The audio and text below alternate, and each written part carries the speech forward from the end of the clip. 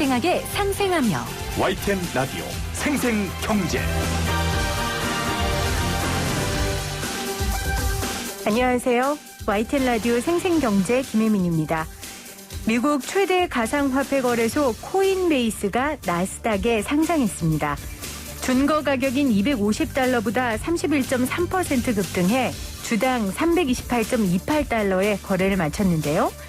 최대 가상화폐 거래소인 코인베이스의 상장은 가상화폐가 주류 시장으로부터 인정받는 상징적 사건으로 여겨집니다. 이 뉴스 덕에 국내 비트코인 가격은 오늘도 역대 최고가 기록을 경신하고 있습니다. 반면 이주열 한국은행 총재는 오늘 암호화폐는 내재 가치가 없는 투기자산이라고 지적했습니다. 이 총재는 지난 2월 기재위 회의에서도 똑같은 말을 했었거든요. 하지만 2월 이후 비트코인이 엄청나게 올랐으니 가상화폐 투자에 관심 있는 분들이 이번에 이 총재의 말을 귀담아 들을까 싶습니다. 2021년 4월 15일 YTN 라디오 생생경제 지금 시작합니다.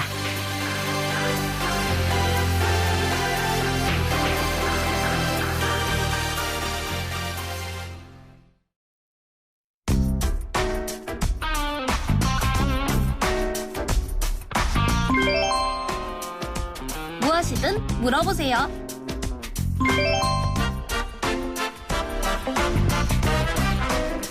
생생경제 무릎팍도사 무엇이든 물어보세요의 권혁준 평론가 나오셨어요. 어서 오세요, 무릎팍도사님. 네, 안녕하십니까. 권혁준입니다. 그 무릎팍도사의 그 강호동 씨보다는 약간 슬림한 무릎팍도사. 아, 그런가요? 그래도 딱딱 더 잘 맞추는. 아, 네, 감사합니다. 네. 자, 오늘도 우리에게 꼭 필요한 정보를 모아 정리해 오셨는데 네네. 요즘 정말 무주택자들은 정말 속상한 걸 넘어서서 누구에게 퍼부어야 할지 모르는 분노까지 생길 것 같아요. 그렇죠? 네, 맞습니다. 네, 지금 굉장히 좀 심리적으로 쫓기고 있는 맞아요. 그런 마음이죠.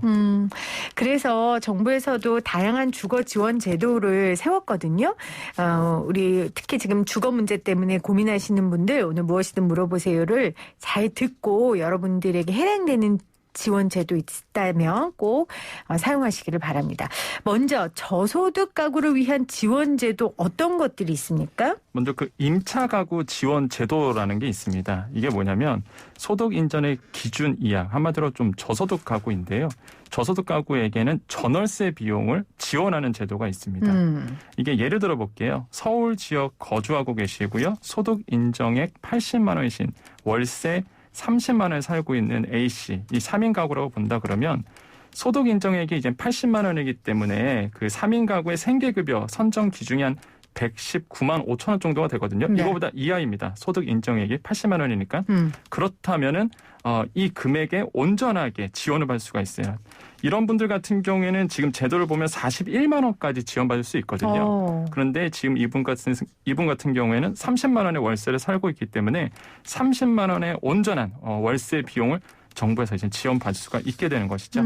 이게 바로 임차 가구 지원 제도다. 그런데 부양가족의 소득 및 재산 유무와 상관이 없다는 게 저는 핵심인 것 같아요. 그렇네요. 보통은 부양가족 때문에 모든 혜택에서 탈락되는 경우가 있는데 정말 안타까운 분들 많았거든요. 네, 이것 맞습니다. 때문에. 근데 이거와 상관없이 신청 가구의 소득과 재산만을 종합적으로 평가하기 때문에 아마 이 제도를 모르시는 분들, 근데 본인이 중위소득의 한 45% 되는데 이게 4인 가구로 한 219만 원이거든요. 네. 그러니까 이거보다 이하이신 분들 같은 경우에는 오늘이라도 당장 한번 지원 제도를 활용해 보시는 것도 좋을 것 같다라고 말씀을 드립니다. 어디 가면 신청할 수 있어요? 먼저 인터넷으로 보면 복지로 가서 인터넷에서 접수할 수 있고요. 또한 주민등록주소지에 읍면동 주민센터에서 방문 접수도 가능하십니다. 네, 자 임차 가구 지원 제도에 대해서 안내해 주셨고 청년 가구 주거 문제 굉장히 심각하거든요. 맞습니다. 어떤 정책이 있습니까? 예, 청년 가구 지원 제도도 있는데 요거는 이제 아까 말씀드렸던 임차 가구 지원 제도에서 연관성이 좀 있습니다. 근데 이런 경우가 있어요. 내가 주거급여를 받는 가구인데 아들이 아니면은 뭐 딸이 자녀가 딴 데서 사는 거죠. 근데 이런 분들, 이런 청년 가구에게 지원을 해줍니다. 네. 뭐 명확하게 말씀드리면 한 가구에 지원할 거를 이게 나눠서 지원하는 경우다라고 보시면 그 되겠는데요. 중복 지원이 된다는 말씀이신 네, 거네요. 대신에 한정적 재원을 가지고 예를 들어서 부모 가구가 뭐 3인 가구라 본다면 부모 가구가 2인 가구예요. 그럼 2인 가구에 대한 이제는 임차료를 지원해 주고요. 네. 뭐 청년 같은 경우에는 이제 자녀분들이 청년이고 이게 이제 다른 데서 살고 있다. 그러면은 1인 가구의 기준에 대한 임대료를 따로 이렇게 지원해 주는 됩니다. 한마디로 네네. 30만 원을 나눠서 지원하겠다. 이런 제도라고 보시면 되겠거든요. 그래서 이런 경우가 있어요. 정말로 이제 다른 지방에서 사시는 우리 청년들이 있거든요. 본인이 주거급여를 받는 가구이고 그다음에 19세 이상 30세 미만의 미혼 자녀여야 되고요. 네. 또 한 가지 그 청년 명의로 제대로 된 임대차 계약을 체결하고 있어야만 됩니다. 그러니까 정말로 인증을 해야 돼요. 내가 따로 살고 있다. 내가 월세를 내고선 다른 지방에서 살고 있다라는 거를 인증을 해야지만 이러한 제도를 이제 지원을 받을 수 있게 된다라고 말씀을 드립니다. 이건 역시 주민센터 가면 되나요? 네, 맞습니다. 동일한 방법으로 지원을 해주시면 되겠습니다. 자, 또 저소득 가구를 위한 지원 정책 어떤 것들이 있을까요? 이거는 이제 주택 개량을 지원하는 제도인데요. 자가 가구 지원이라고 합니다. 그래서 자가 가구 지원 같은 경우에는요. 아까도 말씀드렸지만은 중위소득 45% 이하인 가구이거든요. 뭐 4인 가구로 보면 219만 원이라고 아까 말씀드렸잖아요. 이 이하신 분들은 주택 개량이 필요할 경우 예를 들어서 집을 고쳐주는 거군요. 맞습니다. 네, 장판을 깔거나 아니면 난방 시설을 한다든지. 네. 근데 이게 주택 노후도를 좀 평가를 합니다. 그렇죠. 근데 생각보다 많이 줍니다. 이게 주택 노후도를 본다 그러면은 우리가 경보수가 있고 중보수가 있고 대보수가 있는데요. 네. 경보수는 도배, 뭐 장판 이런 것을 얘기하고요. 중보수는 뭐 단열, 난방 이런 거고요. 대보수는 지붕, 욕실 이런 것을 얘기하는데 경보수는 457만 원, 중보수는 849만 원, 대보수는 1241만 원 정도가 지원되기 때문에 정말로 내가 만약에 집을 노후화되고 이것을 내가 좀 고쳐야 될 필요가 있다. 그러면은 자가가구 지원 이 제도를 활용해서 수리하시는 것도 굉장히 좋은 방법이다라고 말씀을 드립니다. 그렇네요. 이거 역시 중위소득 43% 이하 대상으로 하는 거고요. 네, 맞습니다. 자가인데 너무 낡았다면은 이 지원을 통해서 수리하실 수 있고 또 장애인이나 고령자들에게는 조금 더 추가가 가능하다면서요. 예, 맞습니다. 이게 많은 혜택을 보시는 분들이 사실 장애인 분들과 그다음에 고령자 인구세요. 왜 그러냐면 고령 인구 같은 경우는 은퇴하시고 마땅한 소득 인정액으로 잡을 게 없거든요. 네. 이런 분들 소득 인정액이 예를 들어서 30만 원이다. 근데 도배 장판이 필요하다. 이럴 경우 뭐 70세 고령이시고 이럴 경우에는 이 경보수 지원을 받을 수 있게 됩니다. 그래서 당장이라도 본인이 소득 인정액이 작고 그다음에 내가 집이 노후화돼서 이런 지원 제도를 받아야 되겠다라고 생각이 된다면 오늘이라도 당장 자가가구 지원 제도를 활용해 보시는 것이 굉장히 현명하겠다라고 말씀을 드립니다. 이건 역시 복지로 인터넷 접수 가능하고 맞습니다. 주민센터 방문 접수 가능하고요. 맞습니다. 네, 알겠습니다. 자, 저소득 가구를 위한 지원 정책에 대해 정리를 해주셨고 전세 사시는 분들 위한 제도를 이번에 정리를 좀 해보죠. 네네. 주택임대차 신고제가 6월 1일부터 시행되는데 네. 오늘 부동산거래신고법 하위법령 개정안 입법 예고가 됐어요. 네네. 먼저 주택임대차 신고 지역과 금액을 좀 알려주세요. 그러니까 이게 오늘 아마 이제 또 저녁 뉴스에 나올 이슈가 될 내용인데 그 전월세 우리가 신고제입니다. 한마디로 임대차 3법이 있었는데요. 전월세 상한제, 계약갱신 청구권 이 제도가 이미 시행되고 있고요. 마지막 남은 게 전월세 신고제인데 네. 이게 6월 1일부터 이제 시행이 됩니다. 이게 신고 지역이 있습니다. 수도권 얘기하면 서울, 뭐 경기도, 인천 다 포함이고요. 광역시, 세종시, 도의 시 지역까지 이제 규정을 했는데 여기서 중요한 건 구는 빠졌습니다. 네. 군에 해당하시는 분들은 굳이 신고를 할 필요는 되겠고요. 없다라고 네. 볼 수가 있겠고 그럼 기준선이 있어요. 기준선은 임대차 보증금 6천만 원을 초과하거나 아니면은 월차임 30만 원을 초과하는 임대차 계약은 신고를 하게끔 했습니다. 그 뜻은 뭐냐? 서울 수도권 같은 경우에는 월세 사시는 분들이 30만 원이 대부분 넘어가실 거예요. 그렇겠죠. 그렇다면 신규라든지 갱신 계약 때 이 전월세 신고제를 무조건 신고하게끔 되어 있습니다. 그래서 아마 서울 수도권 하신 분들은 다 신고가 되지 않을까라고 생각을 하고요. 다만 계약금의 변동이 없는 계약인 경우에는 이런 갱신 계약일 경우에는 신고 대상에서 빠지게 됩니다. 대상 건물은 주택이면 다 되는데요. 여기서 좀 오해가 많은 게 고시원 되냐 안 되냐 이렇게 많이 물어보시는데 이것도 준주택입니다. 네. 그렇기 때문에 고시원, 기숙사 다 포함되고요. 비주택, 그 공장이나 상가내에 있는 주택도 해당이 되거든요. 이런 부분도 이런 전월세 신고제에 해당이 된다라고 말씀을 드리겠습니다. 네, 주택임대차 신고제 6월 1일부터 시행됩니다. 해당 사항 있으신 분들 주의해서 보셔야 되고요. 신고 내용, 절차, 방법 조금 구체적으로 설명해 주신다면요. 네, 일단 신고 항목은요. 뭐 인적사항, 임대 목적물 정보 다 나오는데 제가 오늘 정부에서 마련한 임대차 신고 서식이 새로 나왔어요. 네. 이거를 좀 봤는데 계약갱신 요 부분이 이제는 새롭게 추가가 됐더라고요. 표준계약서에. 그래서 계약갱신에 체크가 돼 있어야 되고 또 계약갱신 요구권이라고 다 들어보셨죠? 네네. 네, 계약갱신 요구권 사용 여부도 사용하냐? 미사용하냐 이런 것까지도 추가가 됐는데요. 이런 것을 이제는 규정을 했다라는 게 좀 의미가 있겠습니다. 그래서 신고 방법은요. 공동으로 서명한 계약서를 신고하는 것을 이제 의무사항으로 하고 있습니다. 근데 다만 편의를 위해서 신고 편의를 위해서 둘 중 한 명, 아마도 임대인이냐 아니면은 임차인이냐 이 둘 중 한 명이 모두 다 서명한 계약서를 가지고 한 명이라도 신고를 하면은 인정을 하는 걸로 네. 이렇게 되었고요. 그렇기 때문에 사실 이 부분에 대해서는 누구나 조금 이제 신고를 할 수 있게끔 했고 신고는 어디서 하느냐? 부동산 거래 관리 시스템이라고 있습니다. 여기에 가시던지 아니면 검색 포털에서 임대차 신고. 임대차 신고를 치시면 요거를 신고하게끔 이제 나오게 됩니다. 그러니까 온라인으로 다 신고할 수 있어요. 네, 그래서 원본, 뭐 PDF 파일이라든지 그림 파일, JPG, 뭐 PNG 파일 이런 것을 첨부하셔갖고 임대차 신고를 꼭 해주셔야 되겠다라고 말씀을 드립니다. 신고하면 좋은 점이 있어요? 그러면은 임차인 입장에선 좋습니다. 왜 그러냐면 우리가 확정일자를 받잖아요. 네, 확정일자가 자동 신고가 됩니다. 그러니까 보통 우리가 전세 살 때의 대항력을 갖추기 위해서 우리가 확정일자를 이제 날짜를 도장을 딱 찍죠. 동사무소 가서. 그런데 네. 이런 점은 우리가 계약하는 날짜에 부랴부랴 달려가서 확정일자를 보통 찍었거든요. 당일날. 그럼 시간 안 맞으면 또 밀리게 되고. 그런데 전월세 신고제를 하게 된다면 네. 자동으로 확정일자가 부여되기 때문에 내가 이제 전세에 사는 입장에서 대항력을 갖추게 되는 것이겠죠. 이거 전세제도로 이사해 보신 분들 지금 제 한숨 소리의 의미를 아실 겁니다. 정말 그날 도장 찍으려고 한 3-4집이 막 얽혀 있잖아요. 맞아요. 네네. 눈물 없이 들을 수 없는 확정일자가 부여된다는 점이 좋고요. 또요. 네, 자동 부여되기 때문에 사실 뭐 임차인 입장에서는 또 좋고요. 무엇보다 이제는 전월세가 명확하게 되겠죠. 네, 그렇기 때문에 누가 얼마의 월세를 주고 또 누가 얼마의 전세가 줬다는 거를 확실히 알기 때문에 네. 임차인 입장에서는 시세를 알 수가 있어요. 정확하게. 그러네요. 그러네요.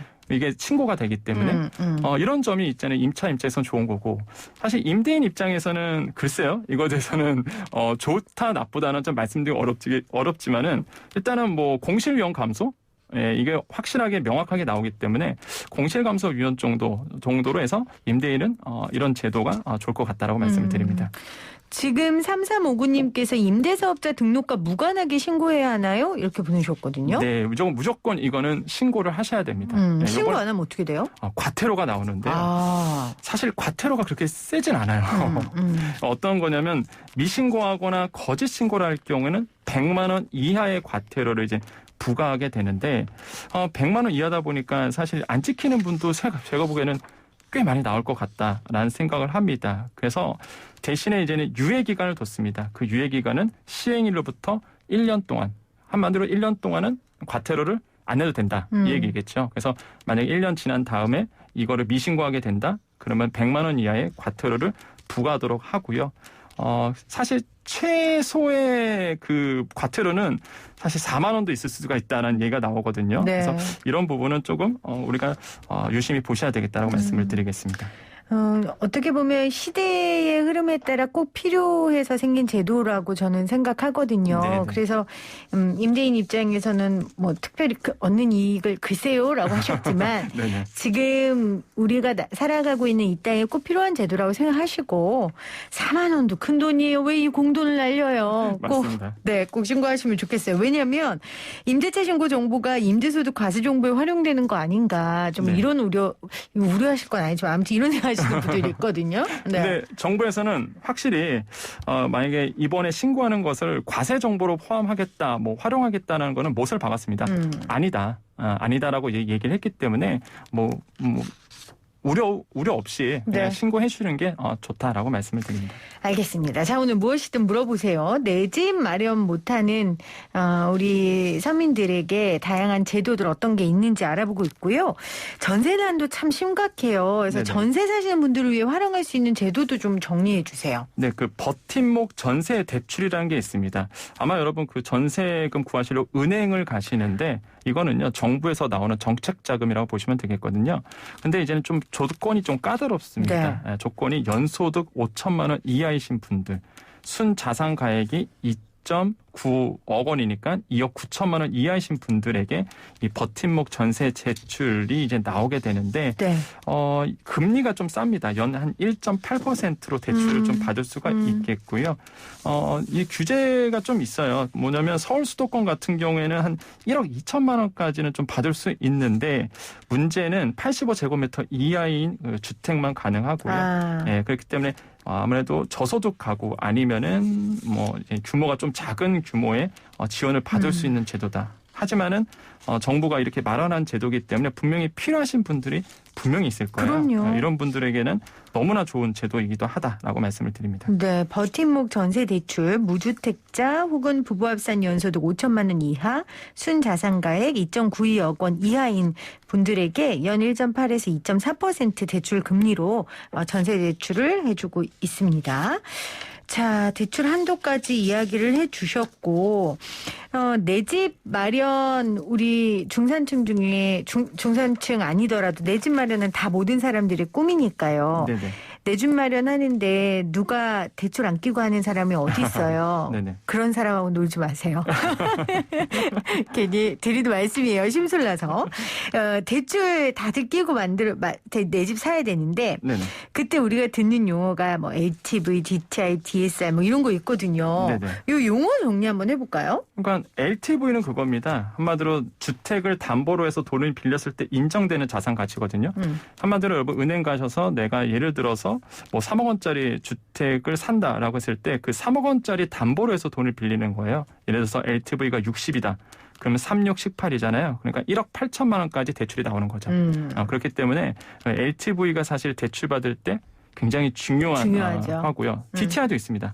DTI 같은 경우는 총부채 상환 비율이라고 해서 그냥 어렵게 생각하지 마시고요. 내 소득 대비 한마디로 내가 대출 상환액을 갚아줄 수 있는 능력 이것을 따지는 거거든요. 그래서 내 소득 대비해서 얼마나 대출을 받을 수 있느냐. 그래서 뭐 DTI 40, DTI 50 이런 얘기가 나오는 것이고요.